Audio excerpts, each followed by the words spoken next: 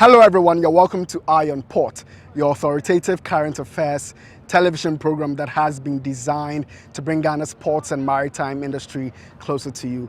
It is proudly brought to you by the Ghana Revenue Authority, GOIL PLC, Serene Insurance, Ghana Link, the Meridian Port Services, and Phoenix Insurance. Eye on Port is powered by the Ghana Ports and Harbours Authority, and our media partner is the Business and Financial Times. Viewers, 2 weeks ago, Ghana's National Integrated Maritime Strategy, also known as NIMS, was launched. This document is supposed to map out workable solutions for the industry's problems. This week, we took a look at the prospects for growth and sustainability inherent within the NIMS. We did this with the help of veteran maritime consultant and legal practitioner, Dr. Kofi Mbia. He was joined later on by the Director of Policy at the Ministry of National Security, Dr. Osei Bonsu Dixon. Here is a summary of that discussion. So I just want to find out from you, first of all, what the NIMS is, as far from the aspects point of view.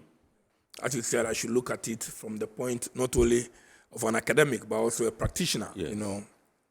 I think generally for a strategy document, one of the key things you would want to do in developing strategy is to scan your environment.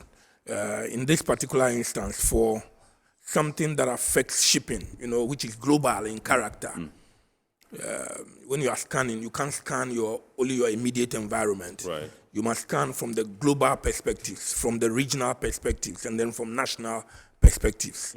So in that, you'll be able to identify, the threats, the trends, various developments, and then challenges, Yes. That exist. I must say that looking through the document to a very large measure, there has been an attempt to address, the issue of threats. Yes. Doesn't look too futuristic, for me in terms of going forward, even though I found dates like 2040 in the document, but it is meant to be a document to be reviewed after 5 years. And therefore, I think an opportunity comes, therefore, to where there are gaps, to address those gaps. But it is a very fine document that outlines very key areas, that are important for our development of the maritime sector. Right. I must say that if you look at the document, they talk about the fact that it is underpinned by certain principles. And I think those principles are germane as far as this document is concerned, because, as I said earlier on, it is integrated. Integrated because of the fact that there needs to be coordination. Yes. I mean, if you look at the agencies that have something to do with the maritime sector, you're talking about maybe 20 to 25 agencies, having something to do with the maritime sector one way or the other.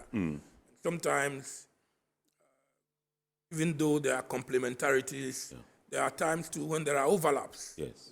And consequently there will be turf wars. Right. Someone feels you are coming into my territory, etc. So getting everybody on board and then trying as much as possible to harmonize their views is a very delicate and complex thing to do.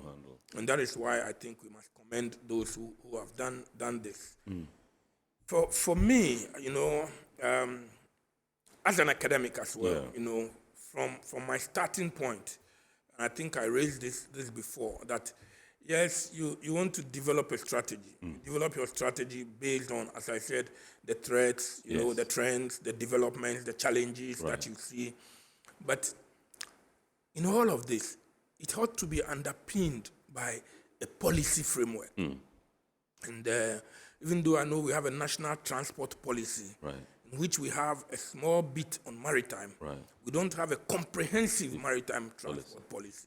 And I think that is one area that we need to look at. Maybe if you ask me, maybe in 5 years' time, when we have put this to the test, when we have implemented a number of things in this, one of the key areas that we ought to be looking at would be how do we relate the strategy to an existing policy. So out of that policy, we can do our prioritization. When once we segment, we would know areas where we have competitive advantage, which we want to highlight, which we want to throw resources into. Right. You know, because it's a wide gamut of things, and you can't deal with all of it at the same level with the resources that you have. And therefore, you would want to prioritize. Right. So you realize that even in this document, there are priorities. You know, there is prioritization in the areas in which have been given. Only that, as I said, they don't seem to be underpinned by a policy. Right. So maybe let me bring it home. If, for example, you want to accentuate tourism that emanates from the maritime sector, Right. or you want to accentuate shipping and shipbuilding, ship repair, you get me? Then it means that you would elevate it to a certain status, Right. based on the fact that in your policy, that is where you want to throw more resources. Right. If you study the document critically, you realize that it's quite tilted towards security. Is that what you intend to achieve? This is a strategy document, and in the nature of a strategy, you would not even go too deep into, because that would be tactical matters and operational matters one will be discussing. So this is basically a strategy. It gives you a general perspective of where the country stands, its role regionally, its role nationally, its priorities, and then what it would do in terms of how it would figure out how it will come out of maybe some of the problems that it. One of the major things that the country faces is security. And so if you find that security is enhanced, it is because, as of now, it is a primordial problem that we have. So we need to actually pay some attention to it. You can't have security with lawlessness. You can't have trade with lawlessness. You can't have blue economy with lawlessness. You can't have any of the things that we've talked about if you generally have a sea of troubles that is just full of insecurity. Your insurance will go up, your cost of living within your country will go up, and you will begin to have all sorts of things, terrorism, every kind of evil that one can imagine, maritime-wise, you would have them. And so every dream, every objective that we have set relies on the fact that there is actually a safe and a secure haven for all those activities to take place. Doc, for the benefit of our viewers and maybe our listeners as well, leadership. In the document, we have a National Maritime Council, and then we also have a National Maritime Council Secretariat. The bureaucracy. How would you explain it for the benefit of our viewers? The bureaucracy, especially knowing what we know, that sometimes these things perform more like boards, and the tendency is for them to be politicized, and then we see it as an avenue of rewarding like party apparatchiks, etc. I mean, what will be your comment for the benefit of our viewers? Okay. Well, Samia, thank you so much for your question. I think that, so what animated the issue of the National Maritime Council within the architecture of the NIMS is that you need a superordinate body that has both the clout to look at all these diversified areas in a manner that brings it within the national vision itself.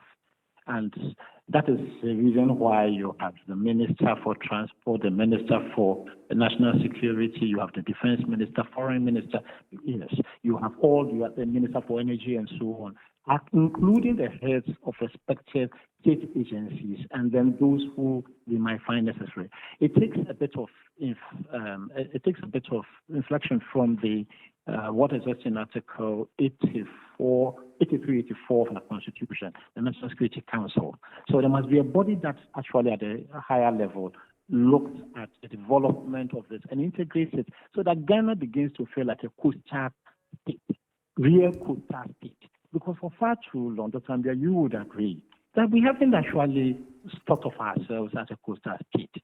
I mean, when I was young and I was in primary school, Jack and Jill, I do not remember that every time we drew the map of Ghana, it was only the land. How did we even think about the sea?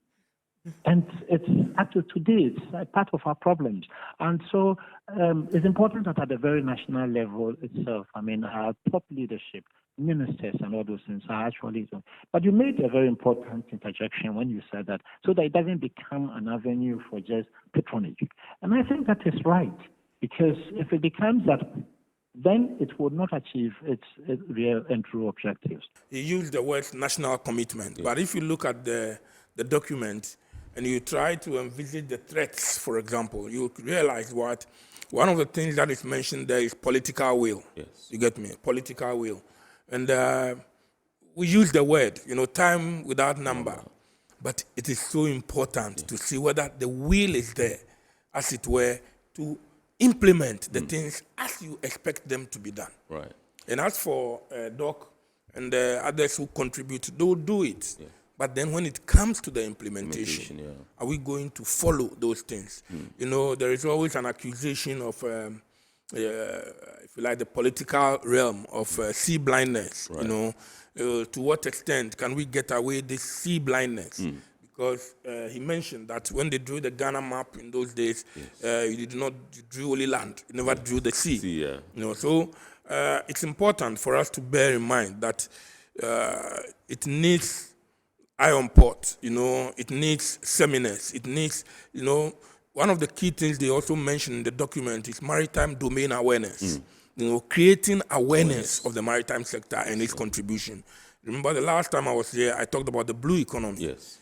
So even though you were right in mentioning that it seems that security has been given some priority. But he has explained why. Yes.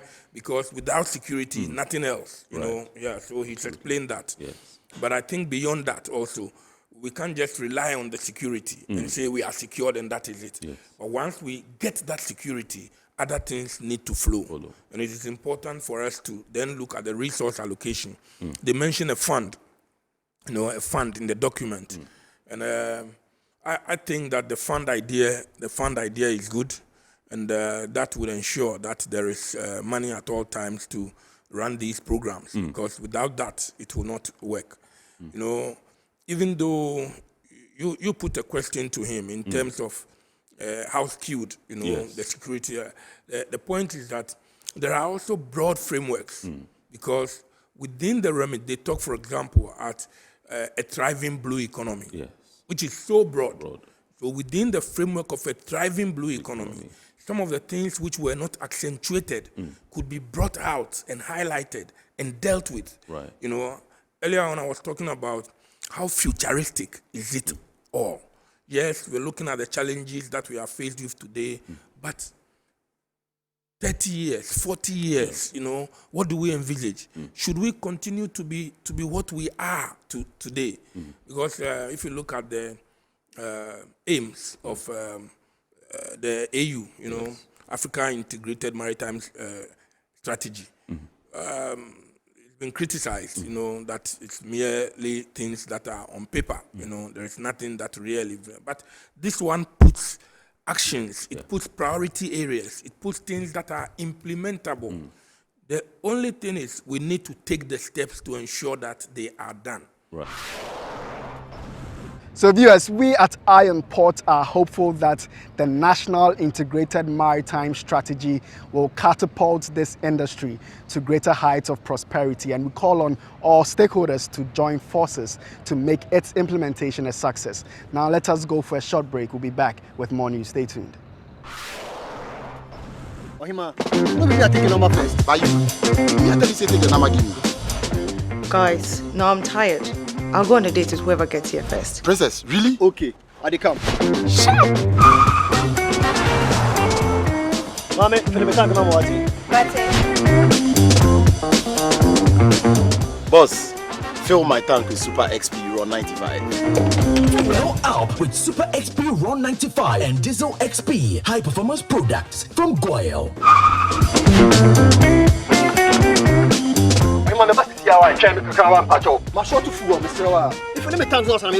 Sorry, Tony got here first, so I'm stepping with him. Oh, cut him. Hey, go for Choose Super XP Ron 95 and Diesel XP for an energizing driving experience. Always go for Goyle Super XP Ron 95. Goyle, good energy. Electricity, then pay your taxes. Yeah, our taxes, our future. Because you see, without our taxes, we wouldn't have good roads, good schools, better hospitals, street lights, and other very important social amenities. When we pay our taxes, we give our children free and quality education. Talga, my money too small. Why should I pay my tax? Look, small. Salifo, it doesn't matter how small or big your business or income is, you still have to pay your taxes. The little taxes from each and every one of us, when put together, could give your community clean water or that deprived school with tables and chairs. Please pay your taxes. It is your responsibility. It is your civic duty. It is the law. Impressive factory. If only I had listened to you, I wouldn't have been in this mess. That devastating fire virtually wiped out the whole factory and my warehouse. Remember my misfortunes last year? Serene Insurance Asset All Risk Fire policy that I took were there to pay for my damaged stocks in the warehouse, and my machines that were affected by the floods have been replaced. My accident vehicle is back on the road thanks to Serene Insurance motor policy. Currently, my goods are on the high seas covered with their marine cargo insurance policy. I was just telling Ajima about Serene Insurance. Oh, Ajima, tell him more. As a road contractor, I make sure I do my contractors all risk insurance for the projects and then workers' compensation for all the workers on site. With Serene Insurance, they will make sure they will cover your unknown tomorrow today. Serene Insurance, a new face of insurance. Call us now.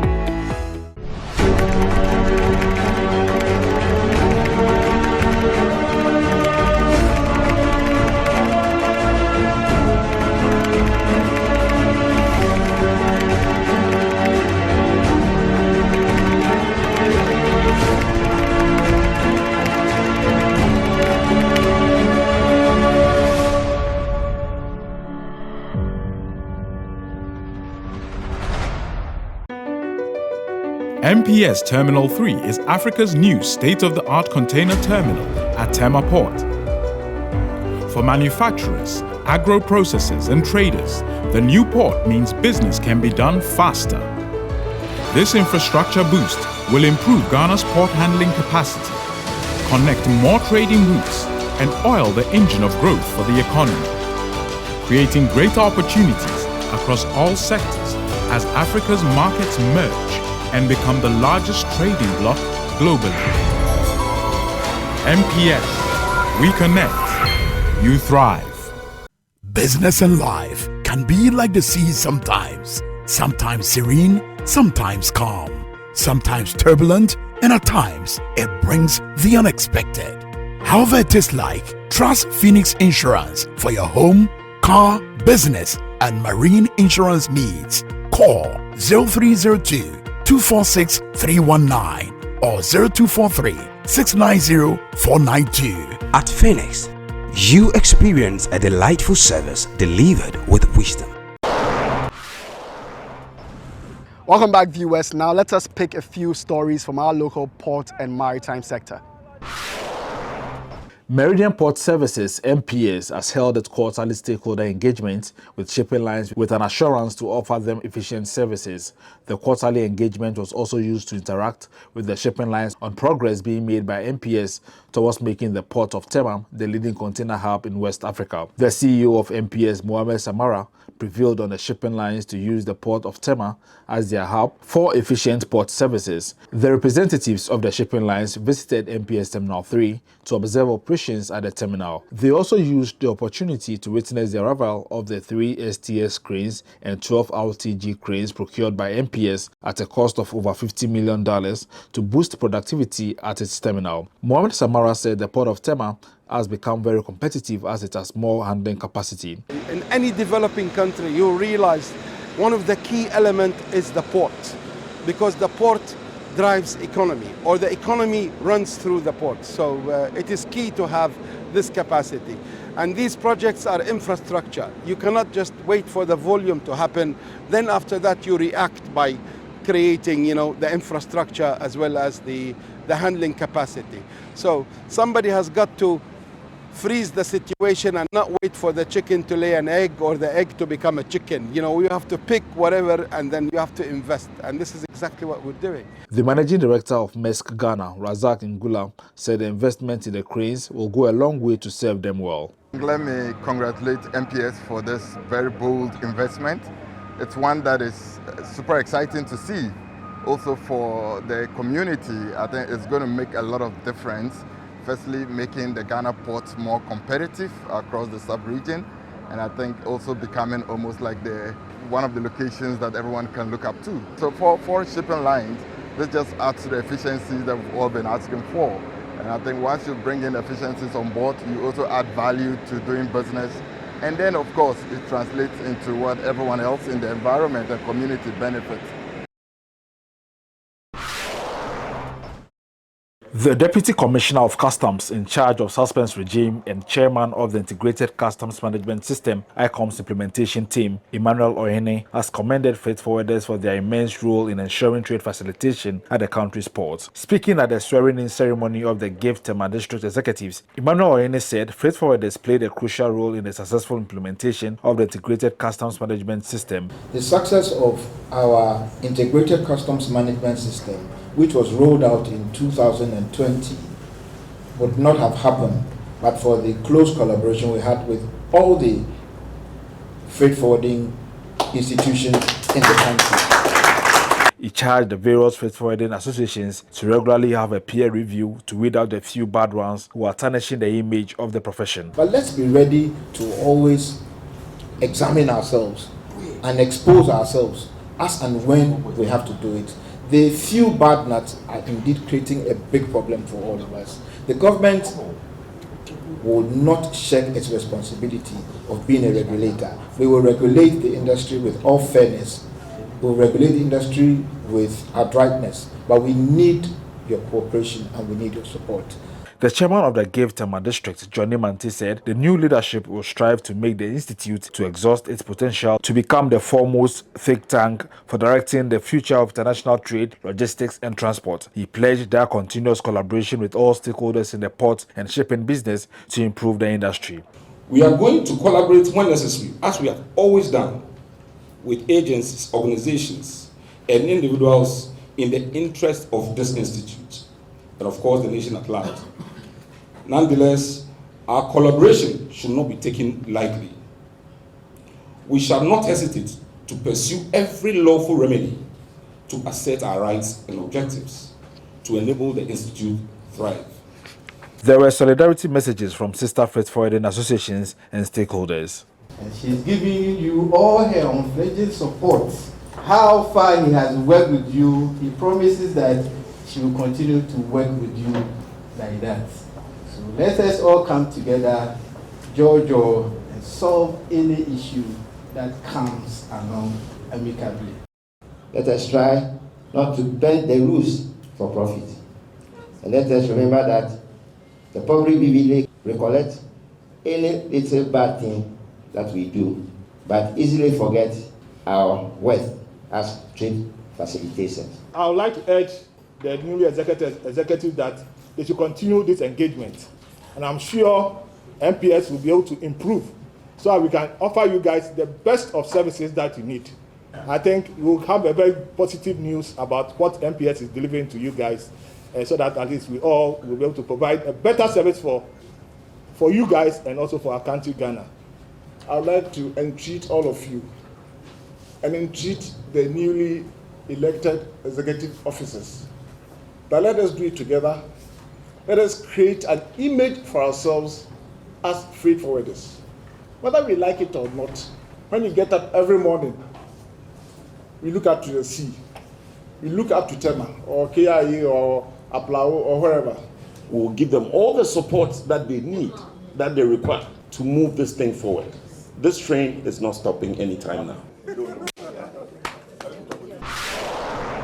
The Tema branch of the Ghana National Chamber of Commerce and Industry has held its fourth bi-monthly meeting of the year as part of continuous efforts to foster business collaborations among members. The meeting was an opportunity for members to showcase their products and services to each other in order to identify potential business synergies that could be created. It also served as an opportunity to evaluate the existing business environment and address current obstacles to the growth of businesses within the region. Membership of the Tema chapter present at the meeting came from various industries such as the logistics, cosmetics, textile, food processing industry, industrial maintenance and support services, among others. Speaking on the sidelines of the meeting, the regional vice chairman of the Ghana National Chamber of Commerce, Samuel Adi, highlighted the significance of businesses to join the chamber.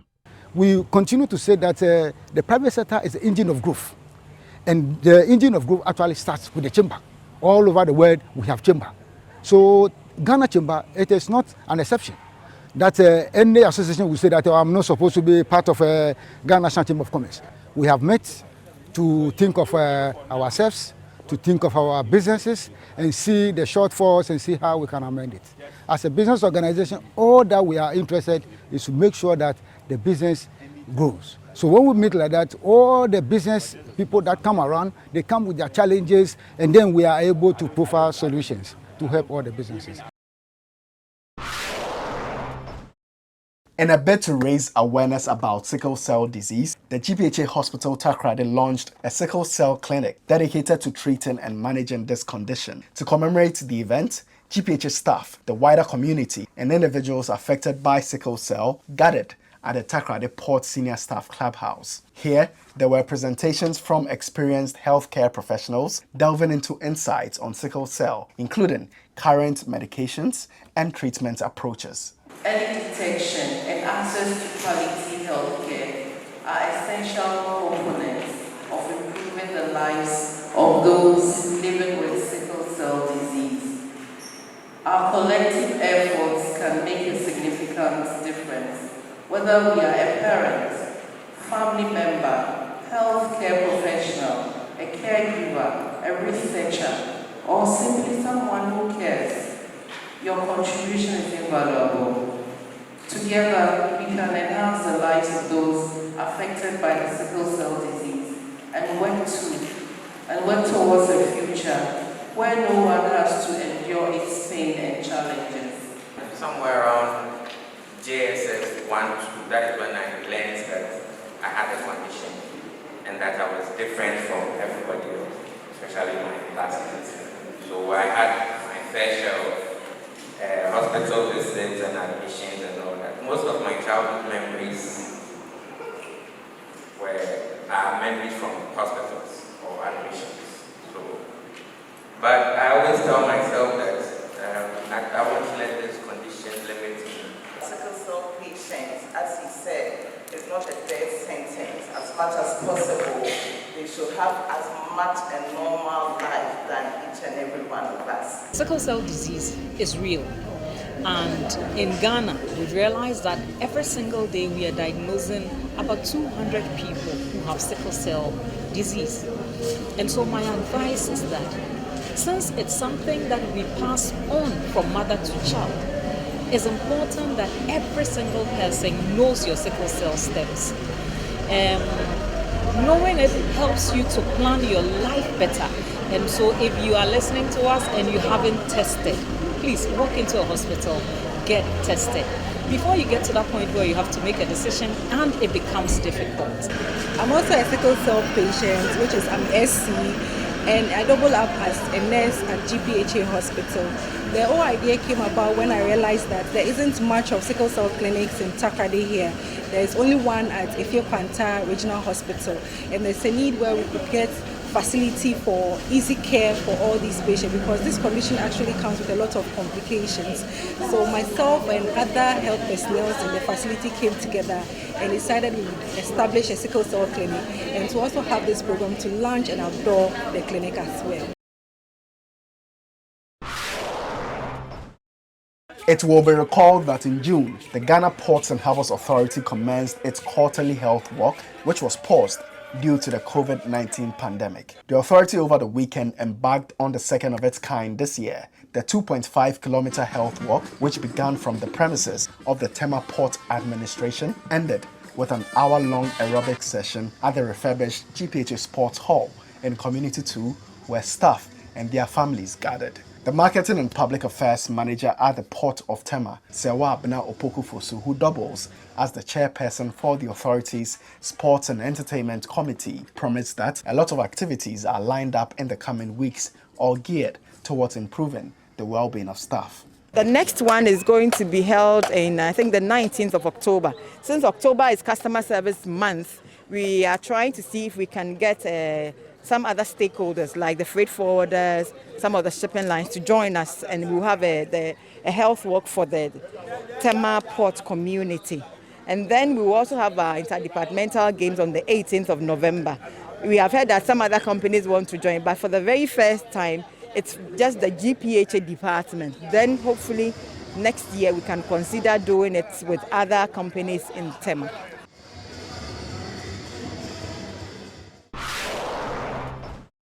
It's now time for us to take a look at what is going on at the international stage. The world's first container vessel powered by green methanol has arrived in Copenhagen after completing a 21,500-kilometer maiden trip from Ulsan, South Korea. The 2,100 TEU box ship was assisted into the port of Copenhagen by Svitser's tax, and the container ship docked in the tolled boarding area of the Copenhagen harbour near the headquarters of AP Moller Maersk, where it will be officially named. The president of the European Commission, Ursula von der Leyen, will be the godmother of Maersk's new feeder vessel. Maersk celebrated the arrival of the vessel in a live-streamed event joined by the ship's captain, head of fleet management and technology, and chief engineer. Japanese shipping major MOL has held a naming and launching ceremony for Japan's first hybrid passenger ship, which uses hydrogen and biodiesel fuels. The ceremony took place at Ongawara Shipyard Company on 13 September. The ship, which was ordered by MOL's company Botenasi, was named Aneria. MOL revealed that the unit has a length of 33 meters, a width of 10 meters, and a draft of 1.4 meters. It is able to travel at a speed of 10.5 knots. The vessel is expected to reduce carbon dioxide emissions by 53% to 100%. This is the time for our Word of the Day segment, where we introduce words, phrases, jargons, terminologies that we often use in this industry so you can get familiar with them. Today we'll tell you what the customs house means.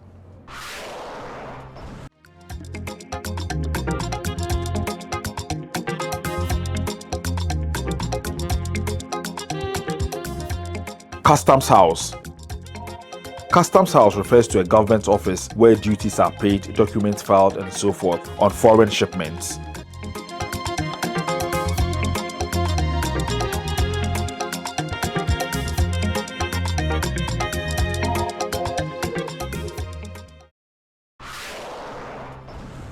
It's now time for the schedule of vessels that have berth in the ports of Tema and Takrady and at the anchorages of both ports, as well as those expected in the coming weeks, plus the Bank of Ghana exchange rates, which you may need to know to clear your cargo with.